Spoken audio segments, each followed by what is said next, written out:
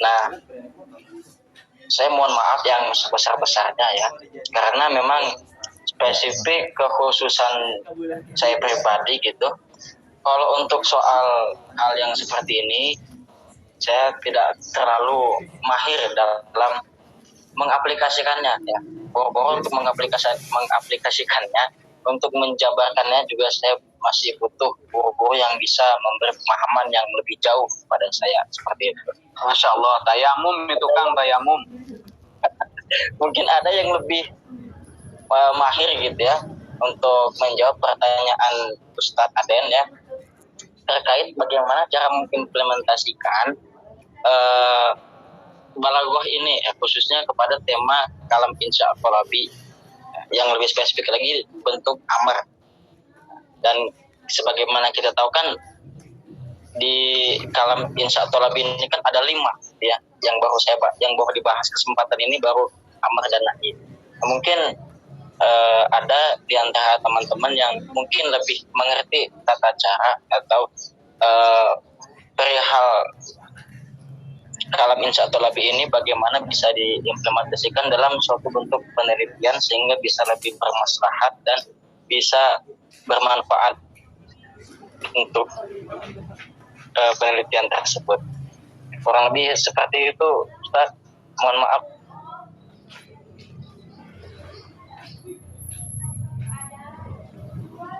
Terima kasih Ustaz Irsad. Aduh, tayamum banget itu Ustaz Irsad.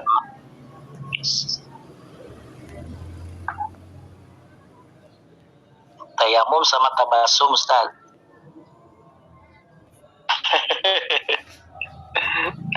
Kalau kata Ustaz Asep Fuad kan tawadhu. Kalau kata saya tayamum. Lantas ku tabasum. Tabasum biasanya kalau lihat yang merah segi 4 kan Ustaz, yang ada 5 digit dan 6 digit. Tajahul. Pura-pura. Itu adalah kita jahul ya Pak. Ya kan ada tajahulul arif ya nanti di bagian itu ya. Pura-pura pinter ini Mat. Waduh. Itu Pak gimana ya Pak, untuk saya juga di materi saya kemarin tentang ini Pak, tentang apa ya materi saya lupa lagi. Pokoknya materi saya itu tentang ini mustad dan mustahilah itu Pak. Kan kalau di taukid tuh Pak, kita bisa mengkaji psikologi mukhatab Pak. Misalkan mukhatabnya valid ini atau mukhatabnya ingkar kayak gitu, bisa dikaji dari aspek psikologi ya Pak. Nah kalau di kayak musnad ilaih gitu Pak, untuk menyajikan yang unik seperti semiotika atau hermeneutika gitu Pak. Atau semiotika misalkan ada signified itu Pak. Lalu ada tahap 1, tahap 2, kalau loran 4 gitu Pak. Kan bisa jadi unik, kita bisa menemukan behind text itu Pak, yang ada di sekeliling teks atau di belakang teks tersebut ya. Nah, untuk di balaghah ini saya belum ini Pak, belum bisa menyajikan secara unik dan menggali yang di belakang teks dan di belakang bukan norma ya Pak, aturan-aturan yang ada di atau hikmah-hikmah, faidah-faidah yang ada di musnad atau di amar tadi. Nah, bagaimana sih Pak untuk dalam penelitian Pak biar unik gitu Pak, yang selebihnya dari teks itu Pak. Terima kasih Bapak. Ustaz Adit. Ini sebenarnya balaghah ini ilmu klasik ya, mungkin untuk pada zamannya dan konteks di Arab dulu mungkin ini bisa ya, karena orang Arab apalagi para ahli bahasa ya, jadi mereka pakai rauk aja, pakai insting bahasa gitu ya.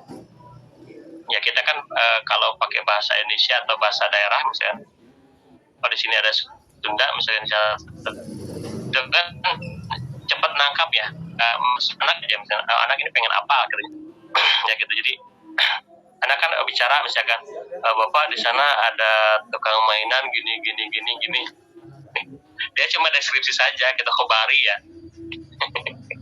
Nah, padahal dalamnya dalam Thalabi, makanya kan gitu ya. oh pengen itu gitu. Ya kan gitu ya, itu kan sudah balago sudah. Nah itu kan pakai insting. Nah, orang Arab dulu itu pakai insting bahasa, pakai tauhid itu insting bahasanya ya.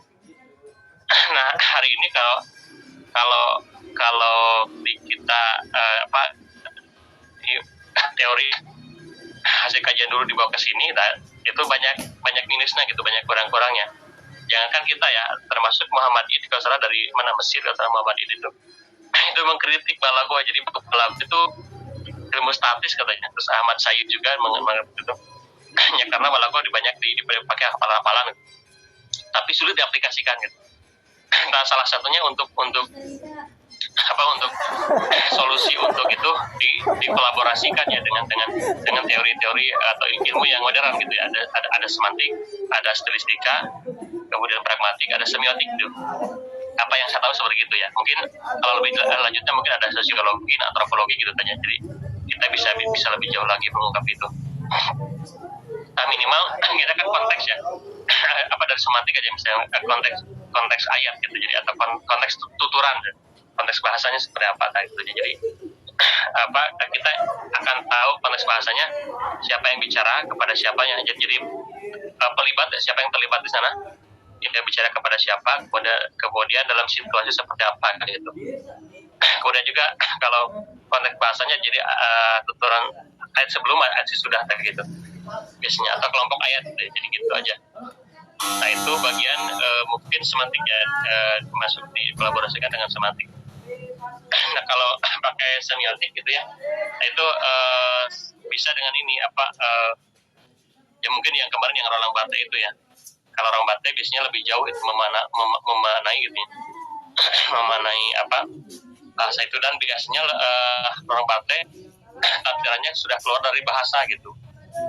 Biasanya masuk ke sejarah, kemudian ke budayaan, antropologi, sosiologi, tak gitu masuknya gitu ya. Kira-kira gitu Pak. Jadi kita harus dikolaborasikan gitu dengan ilmu-ilmu lain lah. Karena balago sendiri itu pastinya kekurangannya. Dulu kalau salah 2 tahun yang lalu ya, saya sudah mengajukan ke jurusan itu, ke prodi itu untuk mengganti bukan balago tapi stilistika ya. Karena stilistika sudah lebih maju gitu. Jadi lebih maju. Jadi gaya bahasa yang digunakan disesuaikan dengan konteks seperti apa, terus konteks dengan maksud keseluruhan gitu ya. Dengan maksud keseluruhan ayat gitu. Nah, jadi itu, tapi lagi-lagi begini prodi kurang tahu pertimbangannya apa, atau pertimbangan masih ini ya. Karena nama balago mungkin masih cukup populer, jadi nomenklaturnya masih tetap balago. Padahal kalau di ini kan kita akan lebih maju sebenarnya dengan stilistika, nanti kita stilistika lebih banyak teorinya. Tapi hari ini juga sebenarnya semantik kalau digunakan bisa ya. Dan itu menurut saya disarankan semantik minimal ada konteks ya, dari konteksnya. Kemudian pragmatik itu tuturan ya, ternyata tuturan sama ya. Jadi dalam pragmatik itu tapi datanya harus tuturan semua ya, bisa pragmatik itu. Jadi tuturan pembicaraan ya, tuturan pembicaraan, kalam ya. Jadi kalam. Jadi ada penutur, mutakalim, ada mukhotob, ada syak, bilang gitu. Mungkin itu Pak. Berarti Bapak mohon maaf kalau kolaborasi misalkan semiotika Roland Barthes misalkan Pak, kolaborasi dengan ilmu balago, berarti balago itu bisa diimplementasikan dalam tahap linguistiknya Roland Barthes berarti Pak, sebelum masuk ke tahap mitosnya berarti. Kalau seperti itu bisa tidak Pak? Bisa. Tapi lagi-lagi balago tidak begitu jelas lagi teorinya teh. Ya seperti kan ayat yang mirip itu ya, wajah arajulun min aqsal Madinah, atau wajah min aqsal Madinah itu rajulun misalkan gitu ya. Nah itu tidak begitu jelas perbedaan secara itunya, secara bahasanya. Yang paling kalau nahwu kan sampai ini mendahulukan kalau wajah arajulun min aqsal Madinah itu kan struktur asli itu ya. Nah, jadi antara misalkan Siapa? Fa'il kan Pak? Atau umdah fadlahnya jelas gitu ya misalnya. Nah kalau ini ada mendahulukan fadlah atau mendahulukan makmul gitu ya misalnya, atau fadlah misalnya, atau memotong antara amil dan makmul atau mubtada khobar gitu, atau fi'il fa'il ya. Nah, seperti itu aja untuk struktur nahwu sampai sana ya. Nahwu itu bisa sampai sana aja. Ya struktur itu boleh dan sah biasa digunakan seperti itu, atau bisa dan banyak digunakan dan bisa dipahami gitu. Sampai sana nahwu itu.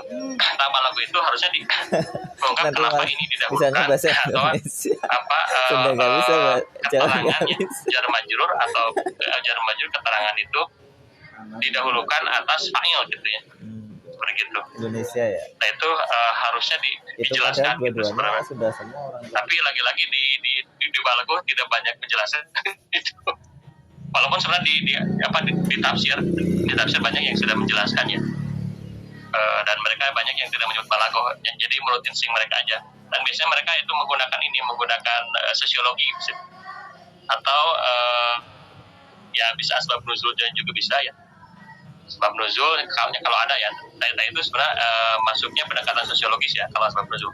Jadi realitas sosial di ayat itu merespon apa gitu, biasanya merespon situasi atau tentang apa gitu, misalnya bisa kejadian.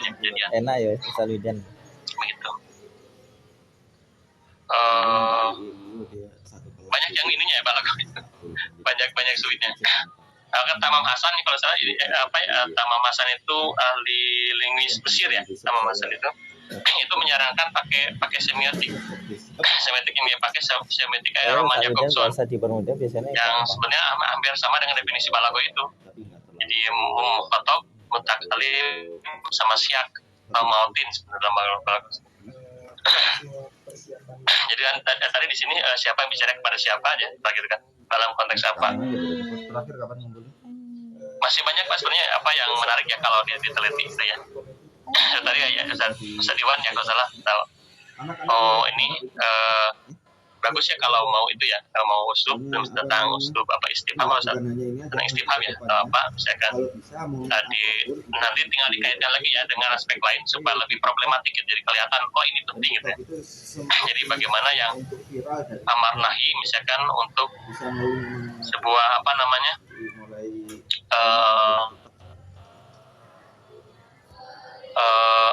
kasus-kasus tertentu ya misalnya. Kenapa di sini harus amar? Kenapa di sini harus nahi? Gitu ya. Kenapa di sini nahi? Istifham bimana nahi gitu ya. Terus juga tadi apa yang amar bimana nahi itu? Ada nggak yang amar bimana nahi?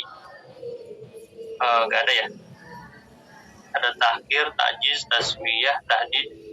Mondok pun diri ini Ustaz Widan. Itu. Balago ya. Ada. Ya, terima kasih. Terkenal bahasa ngaji makanya bagi Bapak Ibu yang mau meneliti tentang itu, saya mungkin bisa bantu. Karena saya bertanggung jawab ya. Kalau ya, ya terutama ini ya baik nanti untuk pembelajaran ya, bisa dikaitkan dengan pembelajaran silakan ya. Kalau Bapak Ibu bisa mengajar balago di pondok atau di sekolah atau di mana ya, itu bisa di ini ya, nanti dikaitkan dengan itu. Belum sama Bu Ani. Saling. Kalau di untuk urusan dengan dakwah bisa dengan dakwah ya, kalau bisa Bapak Ibu mubalik misalnya, terus ada misalnya mubalik ceramah, jadi itu bisa dikaitkan ya. Dengan ayat yang biasa aja, yang biasa Ibu Bapak pakai. Ini kira-kira kenapa begini ya, kenapa begitu. Biasanya itu kita coba masuk dengan itu. Balago yang kolaboratif lah. Balago kolaboratif. Mungkin untuk lebihnya bisa dilihat di buku saya. Promosi tentang itu. Jadi ada beberapa pendekatan ya yang dipakai. Kalau saya untuk yang ilmu ma'ani karena saya cuma ma'ani saja. Bekas disertasi itu yaitu pakai Roman Jacobson ya, Roman Jacobson. Jadi siapa bicara kepada siapa ya. Makanya ketika ada kira-kira apa perkataan tuturan siapa, nah itu kalau tidak jelas siapa penuturnya suka bingung ya, suka bingung karena akan banyak sekali tafsiran ya, tafsiran Kadang orang udah nitip ini maksudnya apa kira-kira ya, karena bisa saja kalau dari kan gini ya, Bapak Ibu kalau dengar misalkan apa imsak ya misalnya contohnya imsak gitu ya, kalau dari masjid kan itu kita percaya gitu kan, kita percaya oh itu Ustadz ya, apalagi kita tahu siapa yang bicaranya. Tapi kalau ada pemuda pemuda lewat imsak teman gitu ya, atau misalkan ketika alirannya aliran pas buka misalnya yang bicara itu orang gila ya. Nah itu kan jadi kita jadi ini tuturan itu apakah berfaedah ya, bermana atau tidak bermana. Jika orang waras mungkin bermana ya, tapi bermana itu yang mana dulu, yang dewasa, terus apalagi yang apa namanya, yang dewasa, kemudian dia tuh orang yang paham agama terutama ini tahu kira-kira ya, jadi dewasa dan paham agama atau normal lah, itu normal. Tapi kalau yang tidak normal, nah itu kan, atau anak kecil, nah itu seperti itu. Jadi perkataan itu akan mananya berbeda jika yang menuturkan berbeda. Karena kan semua perkataan sama, kan buka sudah buka misalnya gitu ya. Jadi bicara apalagi hujan, kemudian aliran, ini jam berapa ya gitu ya. Atau kira-kira kita ragu-ragu ini apakah sudah masuk apa sudah maghrib atau belum. Nah kita kan kadang suka dengar gitu ya, suka dengar ya, tapi kalau sekarang mungkin banyak sekali lah kemungkinan ini ya, karena bisa buka HP, bisa segala macam. Tapi kalau waktu di tahun 90 ya, 90 misalnya di kampung gitu, itu kan nunggu itu apa, nunggu speaker, kemudian nunggu beduk ya, atau pentungan ya, kopol itu misalkan. Tapi gitu. kalau lalai keluar pendokter sudah lepas dari nungan lalai gitu ya, lalai mangga barokah. Nah itu kan, itu kalau lalai itu semiotik ya. Dari ribuan santri itu yang bisa tafsir hanya. Nah itu ya. Jadi kalau itu sudah bersemiotik. kalau sudah sepuan mah lalai yang lain Pak Dokter, lalai asli itu mah kamu hayam ngampi mah Ustaz. Kasih alit langsung nanti ya pernah masa akan ya. Nah ini kan sebenarnya konteks ya, itu paling dasar sebenarnya konteks ya. Biasanya kan apa dalam kajian apapun, kajian bahasa, konteks itu sangat paling dasar ya untuk menentukan makna ya. Ya konteks itu ada di dalamnya, ada situasi ya, situasi yang melingkupi, terus para pelipatnya, para penutur, dan mungkin tempat ya, setting di mana ya, di mana itu penting ya. Kalau saya setting mulai dari kelas 3 nih gue waktu sakit gitu. Jadi kita kan di antara di masjid ya, di masjid dan di luar masjid itu berbeda ya. Pesan yang disampaikan itu berbeda. Jadi pesan yang disampaikan berbeda. Jadi ya seperti gini ya, kalau pengajian itu harus di masjid atau lebih pasnya di masjid mungkin, tapi di luar juga kalau jamaah banyak boleh. Tapi kalau nyanyi hiburan ya kan, itu lebih pasnya di luar, atau kurang pas kalau di masjid, minimal di dalam masjid kalau dipaksakan itunya hujan. Nah seperti itu, nah itu jadi acara-acara itu bisa dimaknai seperti itu. Jadi dia sakral. Tapi nek arek lanang sih gitu ya. kelas Sakral sakral ini sih arek lanang. Tapi yang putri ada nggak? Ada saya wonten sih. Kan Bapak Ibu ada lagi? Arek lanang zaman kerajaan mulai bayi dicul biasa. Ini ya, untuk UTS mungkin formalitas aja, silakan Bapak Ibu.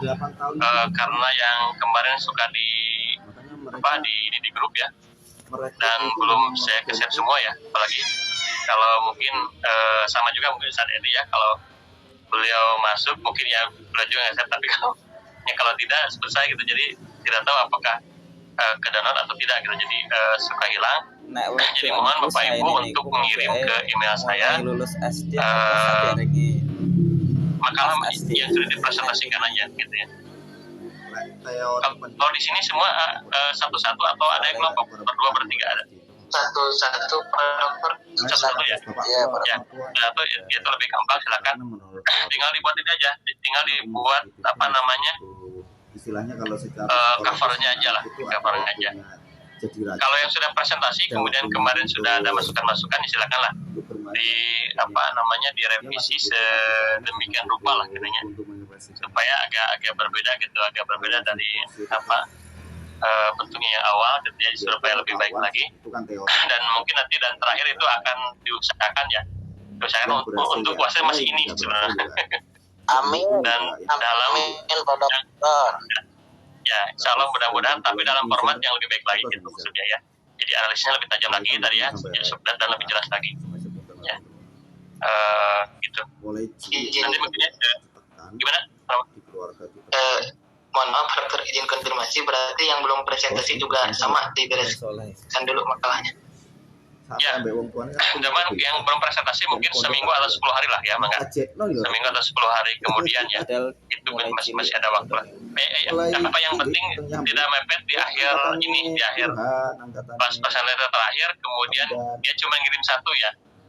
Takutnya yang satu juga masih nyangkut, suka gitu ya, karena kalau di email itu kadang ada yang tidak terkirim ke mana ya, atau kemana, ke spam kemana gitu, jadi tak gitu. Jadi minimal ada inilah, silakanlah dibuat semampunya dulu lah gitu Bapak Ibu ya, silakan. Nanti kalau yang belum buat ya, tapi kalau yang buat silakan sambil direvisi lah sedikit semampunya, sehingga itu beda ya, lebih baik kan. Kemudian Pak Dokter, kalau tadi kan bentuknya makalah, ada juga yang bentuknya seperti di artikel jurnal gitu Pak Dokter ya. Berarti boleh. Tapi nggak tahu kalau sebenarnya itu untuk UAS ya. Kalau untuk UAS silakan gitu. Jadi silakan kalau misalkan ini Bapak Ibu yang apakah mau mengembangkan dari yang makalah di yang sudah dipresentasikan, silakan gitu. Atau Bapak Ibu saya pengen objek beda lagi, mangga gitu. Ya, itu lebih bagus Bang. Jadi nanti puasnya makalah yang kemarin saya udah direvisi dan ini buat lagi, Bang, silakan, itu lebih bagus ya. Lebih bagus Bang.